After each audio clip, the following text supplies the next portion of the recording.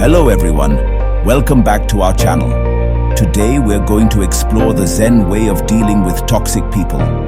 So, sit back, relax, and let's embark on this journey of wisdom.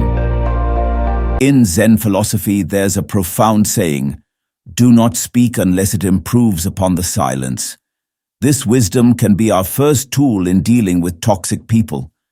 By choosing not to engage in negative conversations, we maintain our inner peace and avoid unnecessary conflicts.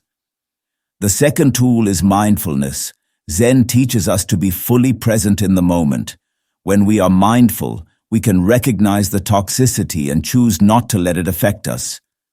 The third tool is compassion. Remember, everyone is fighting their own battles. Sometimes, understanding and empathy can transform a toxic situation into a healing one. So the next time you encounter a toxic person, remember these Zen tools: silence, mindfulness, and compassion. They can help you maintain your peace and maybe even help the other person find theirs. Thanks for watching. If you found this video helpful, don't forget to like, share, and subscribe to our channel.